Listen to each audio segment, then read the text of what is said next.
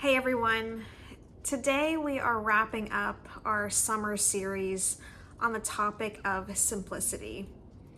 And I want us to wrap up this conversation and topic by thinking for a moment about simplifying our consumption habits.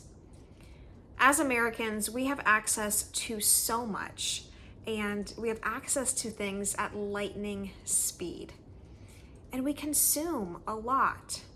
We consume, of course, foods and beverages for sustenance, but we also consume things like emails, texts, phone calls, books, articles, notifications on our smartphones and other devices, content apps, music, movies. I mean, the list really is endless.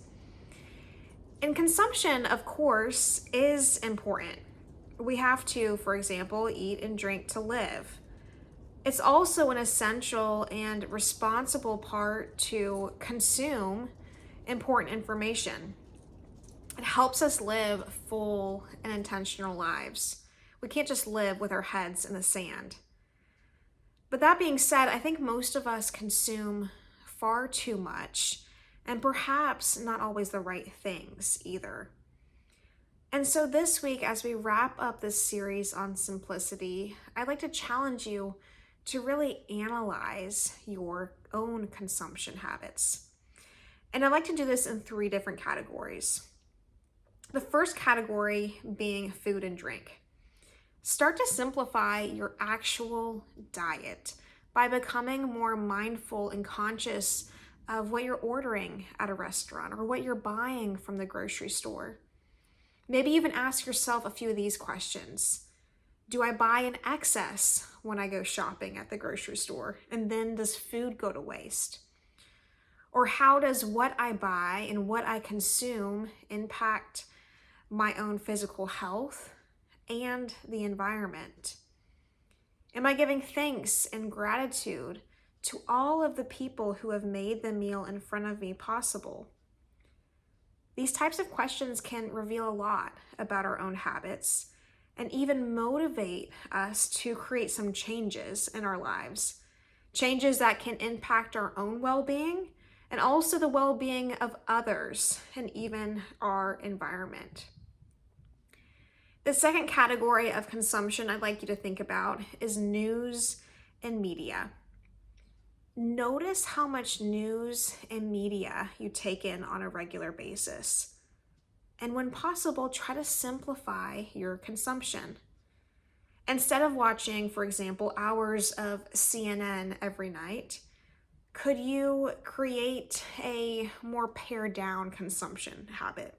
Maybe you subscribe to a newspaper that you read every day, or maybe you follow a reliable podcast that digests some of the information that you want to know.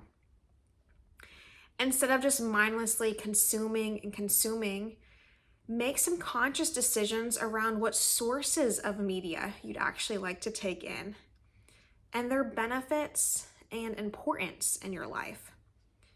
I'd also like to encourage you to set firm boundaries around social media, or maybe even delete social media, period.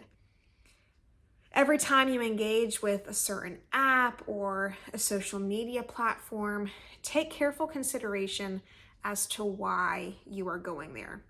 Maybe it is to gain information, or maybe it is to connect with a friend, or maybe you're just going there because you're bored or for some other reason. That's really important to know. And then lastly, and this might sound a little odd, but I'd like you to think critically around your consumption habits during leisure time. I want you to consider, when you are off of work or not watching your kids or grandkids, what is it that you are consuming? Is it TV, Netflix, books? And are these items in line with your values? And how do they make you feel while you're consuming them and afterwards?